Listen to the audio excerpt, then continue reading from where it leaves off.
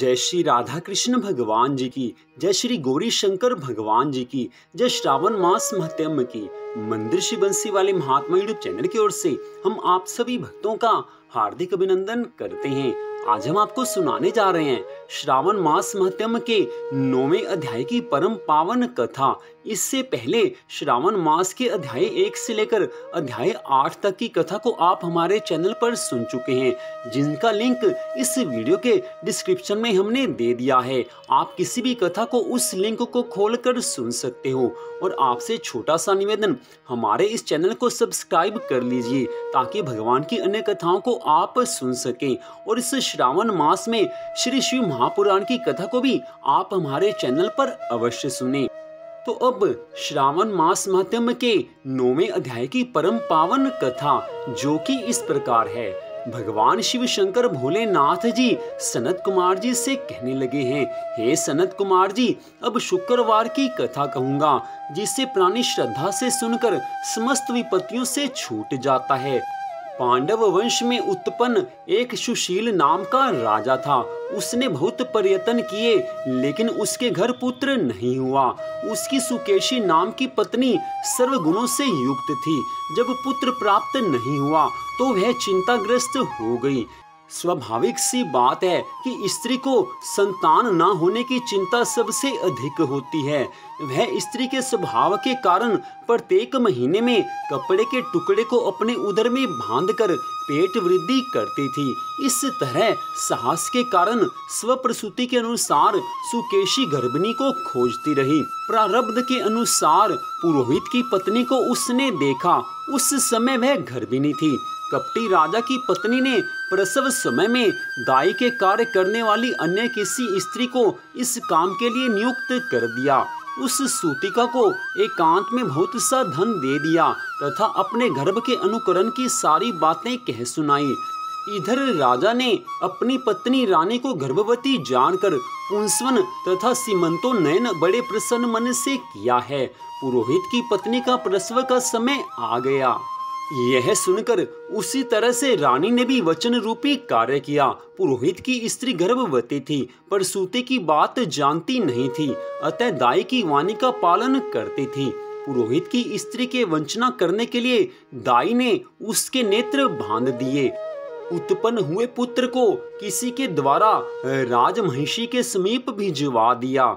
इस प्रकार राजमहिषी के समीप पुत्र का जाना कोई नहीं जान सका। रानी ने पुत्र ग्रहण करके कहा है कि मुझे पुत्र हुआ है, और सब जगह खबर कर दी। और इधर दाई ने पुरोहित पत्नी के नेत्र बंद नहीं खोले। वह अपने साथ मांस की एक पिंडी लाई थी।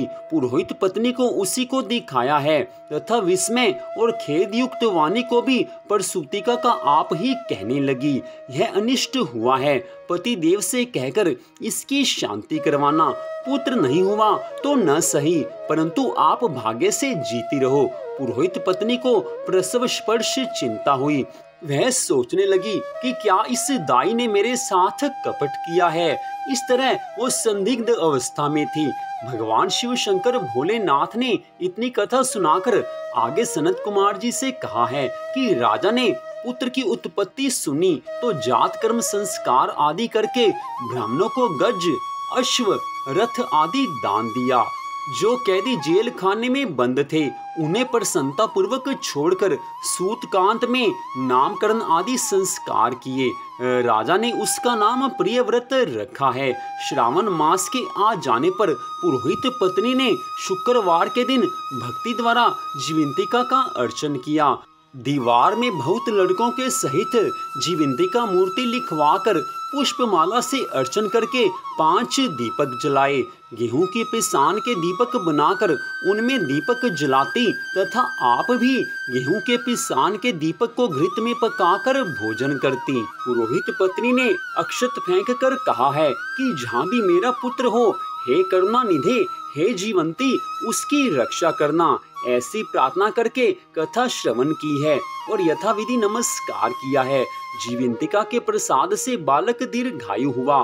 उस रोज से जीवंतिका देवी उस पुत्र की मातृ गौरव से रात दिन रक्षा करने लगी हैं। इस तरह कुछ काल बीत जाने पर राजा की मृत्यु हो गई। पितृभक्त पुत्र ने पिता की पारलौकिक क्रिया की है। फिर मंत्री पुरोहितों ने प्रियव्रत को राज सिंहासन पर बैठा दिया।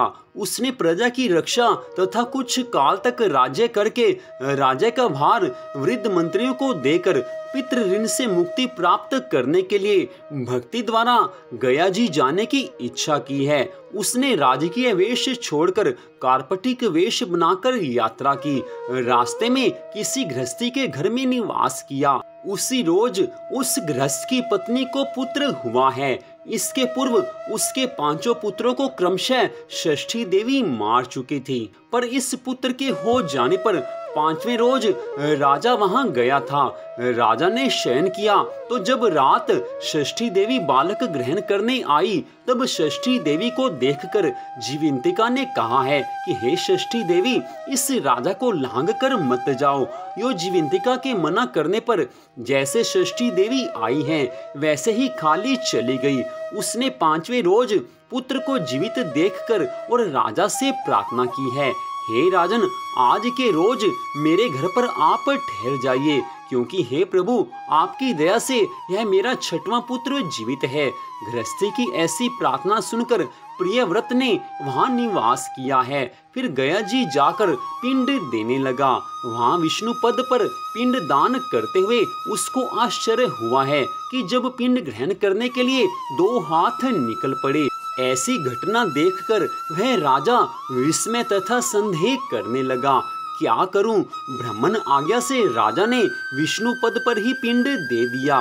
फिर किसी सत्यवादी ज्ञानी ब्राह्मण से पूछा कि ऐसी बात क्यों हुई है। उसके पूछने पर ब्राह्मण देव ने कहा है कि हे राजन, ये दोनों हाथ पिता के हैं। ऐसा क्यों हुआ? इसकी जानकारी के लिए घर में जाकर आप अपनी माता से पूछो। इसकी बातें माता ही बता सकती है। राजा चिंतित तथा दुखी होकर मन में अनेक तरह के विचार करने लगा है। यात्रा पूरी करके जहाँ लड़का राजा के पहुँचने से जीवित हुआ था, वहां जाकर उसी दिन उस गृहस्थी के घर पुत्र जन्म का 5वां रोज था।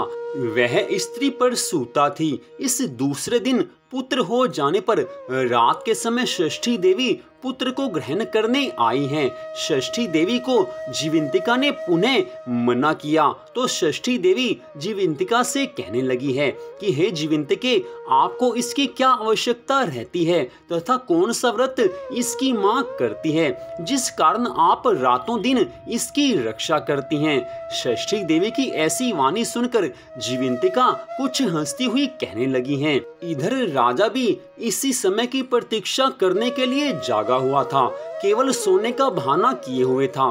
उसी समय राजा ने उन दोनों की सब बातें सुनी हैं। जीवंतिका कहने लगी हैं कि हे षष्ठी देवी, इसकी माँ श्रावण मास के शुक्रवार के रोज मेरा पूजन तथा व्रत के जो सब नियम हैं उसको करती है। उसी नियम को मैं आपसे कहती हूँ।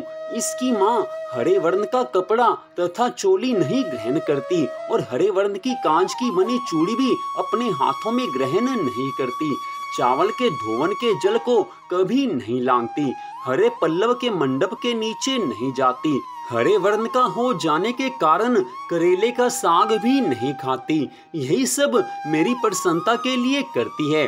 इसी कारण इसकी मैं निरंतर रक्षा करती हूँ तथा इसके पुत्र की मैं सदा सुरक्षा करती हूँ। यह सब राजा सुनकर सुबह अपने नगर में आ गया। स्वागतार्थ वहाँ राजा के नगरवासी तथा सब देशवासी प्राणी आए हुए थे। राजा ने अपनी माता से पूछा है, हे माता जी, आप जीवंतिका का व्रत करती हैं तो उसकी क्या विधि है? राजा के पूछने पर माँ ने कहा है, जीवंतिका का व्रत मैं नहीं जानती। राजा ने गया जी की यात्रा का फल प्राप्त करने के लिए ब्राह्मणों तथा सुवासिनी को भोजन कराने की अभिलाषा प्रकट करके उन सुवासिनी ब्राह्मणियों के यहाँ हरे वस्त्र, हरी चोली और हरे कांच के कंगन आदि परीक्षा के लिए भिजवा दिए। दूत ने वहां यह कहा है कि आप सब राजा के घर में भोजन के लिए चले आएं। पुरोहित की पत्नी राजदूत से कहने लगी कि मैं हरे वर्ण की कोई भी चीज नहीं लेती। पुरोहित पत्नी की ऐसी बात सुनकर राजा से दूत ने जाकर कहा है।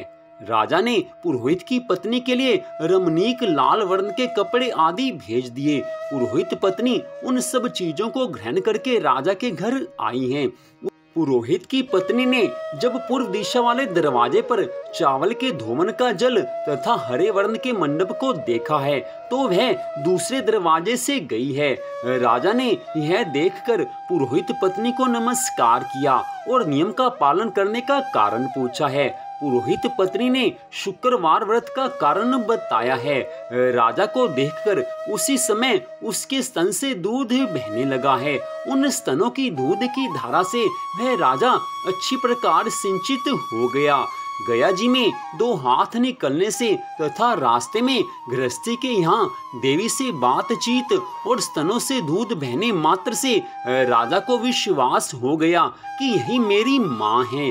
राजा ने उस समय अपना पालन करने वाली माता से जाकर बड़े विनय से पूछा है कि हे माता, भय मत करो, मत डरो, मेरे जन्म समय की सही बात कहो, क्या बात है वो सब कुछ मेरे से बता दो। राजा के जन्म समय की बात सुकेशनी ने तथ्य रूप से कह दी। जो कुछ सच था वो सब उसने बता दिया। राजा ये बात सुनकर बड़ा प्रसन्न हुआ है और अपने जन्म देने वाले माता पिता को नमस्कार किया है, उनका आदर किया है। इससे वे दोनों बड़े आनंदित हुए हैं। एक समय की बात है कि राजा ने रात्रि में जीवंतिका से प्रार्थना की है कि हे जीवंतिका माता, अब आप कृपा करके मुझे ये बताइए कि मेरे जन्म देने वाले पिता तो यहाँ मेरे साथ हैं, तो गया जी में वो 2 हाथ क्यों निकले थे। उसी समय स्वप्न में जीवंतिका देवी ने संशय नाश कर देने वाली वाणी में कहा है, हे राजन, मैंने तुझे केवल विश्वास दिलाने के लिए ऐसी माया रची थी, इसमें कोई संदेह नहीं करना। भगवान शिव ने इतनी कथा सुनाकर आगे सनत कुमार जी से कहा है, हे सनत कुमार जी, यह श्रावण महीने के शुक्रवार व्रत के सारे महात्म्य को मैंने आपसे कहा है, सारी कथा सुनाई है। इस व्रत को करने मात्र से मनुष्य की सभी मनोकामनाएं पूरी हो जाती हैं। इसलिए श्रावण मास के शुक्रवार को यह व्रत सबको अवश्य करना चाहिए।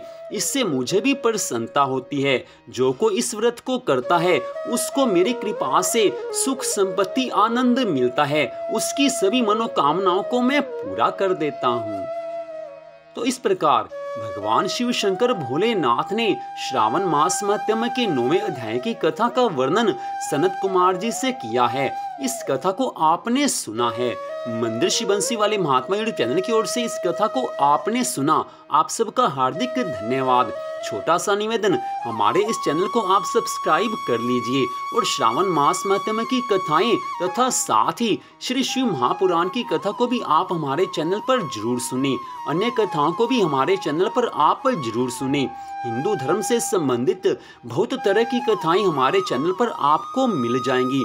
सत्संग की कथा भी आपको हमारे चैनल पर मिल जाएगी। तो आपका फिर से धन्यवाद। भगवान श्री राधा कृष्ण जी की, भगवान श्री गौरी शंकर जी की अनंत कृपा सदा आप सब पर, आपके परिवार पर बनी रहे। माँ लक्ष्मी का सदा आपके घर में वास हो, इसी मंगल कामना के साथ जय श्री राधा कृष्ण भगवान जी की, जय श्री गौरी शंकर भगवान जी की, जय श्रावण मास महात्म्य की। ओम नमः शिवाय। जय जय श्री राधे, जय जय श्री राधे, जय जय श्री राधे श्याम।